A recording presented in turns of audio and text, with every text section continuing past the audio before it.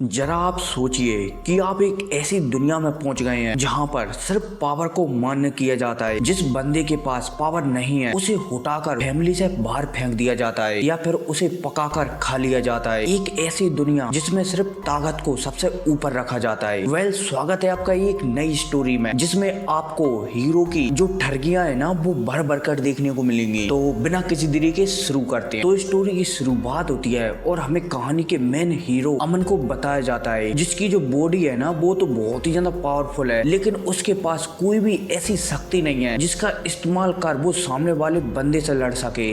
इसलिए उसे सभी के सभी लोग अपनी फैमिली में कचरे के अलावा और कुछ नहीं मानते। अब अमन चलता है तो अपने लाते घूसे एक पेड़ पर बरसा रहा होता है। तभी अमन की फैमिली का बोला जाए तो चचेरा भाई अमन के पास आता है और अमन को बुरा भला कहने लगता है, खासकर उसके फादर को। अब जब अमन अपने फादर की बुराई सुनता है ना तो वो सहन नहीं कर पाता और विनोद पर हमला कर देता है। अब जब विनोद अमन को अपने ऊपर हमला करते हुए देखता है ना तो विनोद चलता है तो एक मुक्का बनाता है, उसमें शक्तियां भरता है और सीधा अमन के पेट में जड़ देता है, जिस वजह से अमन पीछे फेंकता हुआ चला जाता है और ब्लड की उल्टियां करने लगता है। अमन अब इतने में दोबारा से खड़ा होता है और एक बार और विनोद पर हमला करने की हिम्मत करता है, लेकिन विनोद चलता है तो एक और मुक्का अमन में जड़ देता है, जिस वजह से अमन की हालत बहुत ही ज्यादा बेकार हो जाती है। इतने में यहाँ पर अमन के फादर आ जाते हैं और वो विनोद को डांटने लगते हैं। विनोद चलता है तो वो उल्टा अमन के फादर को ही डांट देता है कि ज्यादा बकवास मत करो, मेरे फादर बहुत जल्द फैमिली के लीडर बनने वाले हैं और मैं जब तुम्हें और तुम्हारा जो बेटा अमन है ना इसे निकलवा कर बाहर फेंकवा दूंगा।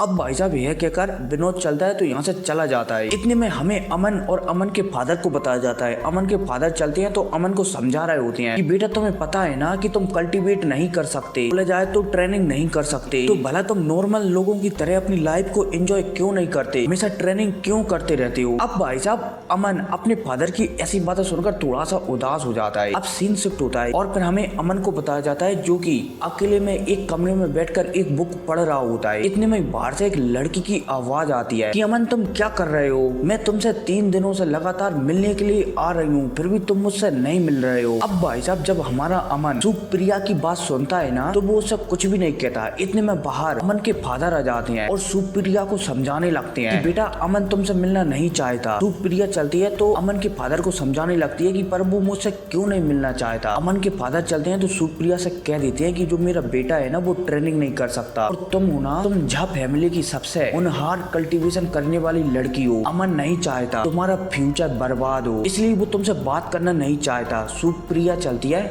तो अमन के डैडी को समझाने लगती है कि पर अंकल अमन से तो मैं प्यार करती हूँ ना। अमन के डैडी चलती है तो मना कर देते हैं कि प्यार कुछ भी नहीं होता, मैंने कह दिया ना कि आज के बाद तुम अमन से नहीं मिलोगी और हमारी फैमिली के बीच जो भी रिश्ता है ना वो यहीं पर खत्म किया जाता है। अब भाई साहब जैसी सुप्रिया अमन के फादर की बात सुनती है ना तो वो उदास होकर यहाँ से चली जाती है। अब इतने में हमें अमन को बताया जाता है जो कि एक बुक को पढ़ रहा होता है और इन सारी बातों को सुनकर बहुत ही ज्यादा दुखी भी हो रहा होता है। अब इतने में अमन को इसी बुक में एक जड़ी बूटी के बारे में पढ़ने लगता है। अब जैसे ही अमन इस जड़ी बूटी के बारे में पढ़ता है ना तो वो बहुत ही ज्यादा खुश हो जाता है। अब सीन शिफ्ट होता है और फिर हमें अमन को कहीं पर जाता हुआ बताया जाता है। इतने में हमें अमन को एक पहाड़ पर चढ़ते हुए बताया जाता है। अब जैसे ही अमन इस पहाड़ के ऊपर चढ़कर आता है ना तो उसे यहाँ पर एक घास उगी हुई दिखाई देती है। अब जैसे ही अमन इस घास को दिखता है ना तो उसे याद आ जाता है कि ये तो वही घास है जिसके बारे में उसने कुछ दिनों पहले उस बुक में पढ़ा था। अब जैसे ही अमन इस घास को दिखता है ना तो इसे तोड़ लेता है और अपने बैग में रख लेता है और यहाँ पर कहने लगता है कि शायद इस घास की वजह से जो मैं अभी तक अपनी शक्तियों को कल्टीवेट नहीं कर पा रहा हूँ ना वो शायद कर सकता हूँ। अब भाई साहब यहाँ पर अमन खुश हो ही रहा होता है इस घास को तोड़कर, तभी आसमान में एक बिजली चमकती है। अब जैसे ये बिजली चमकती है ना तो अमन चलता है तो अपने आप को संभाल नहीं पाता और इस पहाड़ पे से ही नीचे गिर जाता है। अब जैसे ही अमन नीचे गिरता है ना तो वो अपने हाथ पैर झटपटाता है और एक पत्थर को पकड़ लेता है। अब जैसे ही अमन इस पत्थर को पकड़ता है ना तो ये पत्थर भी टूटता है और अमन नीचे पानी में गिर जाता है, बोले जाए तो नीचे गिरने लगता है। हालांकि जैसे ही अमन नीचे गिरने लगता है ना तो वो यहाँ पर मन में सोचने लगता है कि अच्छा हुआ मैं मर रहा हूँ, ऐसी जिंदगी को मैं जीकर भी क्या करूंगा, मुझे नहीं जीना है ऐसी जिंदगी। अमन चलता है तो यहाँ से बोला जाए तो पहाड़ से नीचे गिर जाता है। अब सीन शिफ्ट होता है और फिर हमें अमन को बताया जाता है जो कि पानी के अंदर बेहोश डला था। अब कुछ देर बाद अमन को होश आता है। अब जैसे ही अमन को होश आता है तो उसके सामने 2 लड़कियों को बताया जाता है जो कि बहुत ही ज्यादा सुंदर थी। इनमें से एक लड़की के बाल तो सफेद थे और दूसरी लड़की के बाल काले थे। अब जैसे ही अमन दोनों की दोनों लड़कियों को देखता है ना, तो उसके जो आंखों के गोटे हैं ना वो बाहर निकल आते हैं। बोला जाए तो बहुत ही ज्यादा खुश हो जाता है वो। लेकिन फिर अमन चलता है तो अपने आप को संभालता है और दोनों लड़कियों से पूछने लगता है कि सीनियर आप कौन है। अब जैसे ही दोनों लड़कियां अमन की बात सुनती है ना, तो जो काले बाल वाली लड़की थी ना वो अमन को डांटने लगती है कि क्या बकवास है, हम तुम्हें सीनियर दिख रहे हैं, सिस्टर कहो। अब जब अमन इस काले बालों वाली लड़की की बात सुनता है ना, तो वो हाँ में सिर हिला देता है और सिस्टर बोलने लगता है। अमन चलता है तो कुछ सोचता है और फिर सोचने के बाद दोनों लड़कियों से पूछने लगता है कि सिस्टर क्या हम यहाँ से निकल सकते हैं। अब जैसी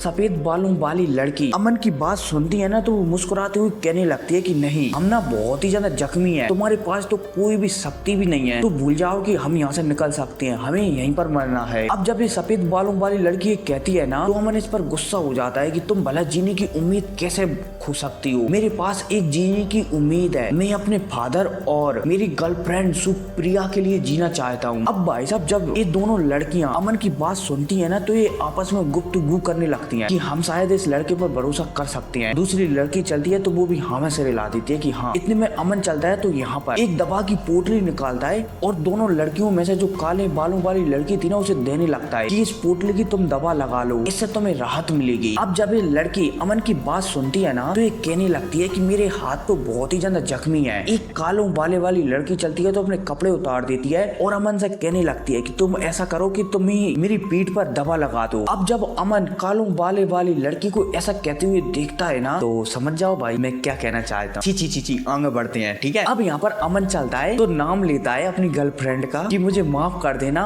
और जो काले बालों वाली लड़की सुनीति है ना, उसकी पीठ पर दवा लगाने लगता है। अब जब सुनीति अमन का हाथ अपनी पीठ पर लगते हुए देखती है ना, सुनीति चलती है तो अपने शरीर से पर्पल कलर की शक्तियां निकालती है, जिस वजह से जो अमन था ना वो सुनीति की मतलब की जो भी फिगर है ना उस पर गुम हो जाता है, मतलब कि अपना मन भटकाने लगता है। अब अमन का जैसे मन भटकता है ना, तो वो गलत जगह पर टच करने लगता है, लेकिन इतने में अमन को होश आ जाता है और वो तुरंत पीछे हट जाता है। अब जब ये सुनीति अमन को पीछे हटते हुए देखती है ना, तो वो मुस्कुराने लगती है। वो समझ जाती है कि जो सामने लड़का है ना उसकी हर चीज की सहने की शक्ति बहुत ही ज्यादा है। इतने में हमें सफेद बालों वाली लड़की को भी बताया जाता है, जो कि कालों बालों वाली लड़की सुनीति से पूछने लगती है कि तुम्हारा इस लड़के के बारे में क्या ख्याल है। सुनीति चलती है तो हमें सिर हिला देती है कि अच्छा है लड़का। अब यहाँ पर ये सफेद बालों वाली लड़की चलती है तो अमन को सब कुछ बताने लगती है कि तुमने डेजर्ट का नाम सुना है, मैं डेजर्ट की प्रिंसेस सायरा और जो मेरी सिस्टर सुनीति।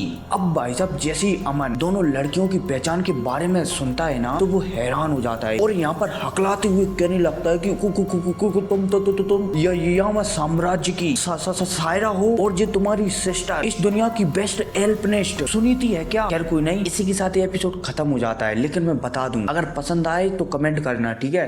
नेक्स्ट पार्ट बहुत ही जल्द आ जाएगा, तो मिलते हैं अगली वीडियो में। Take care.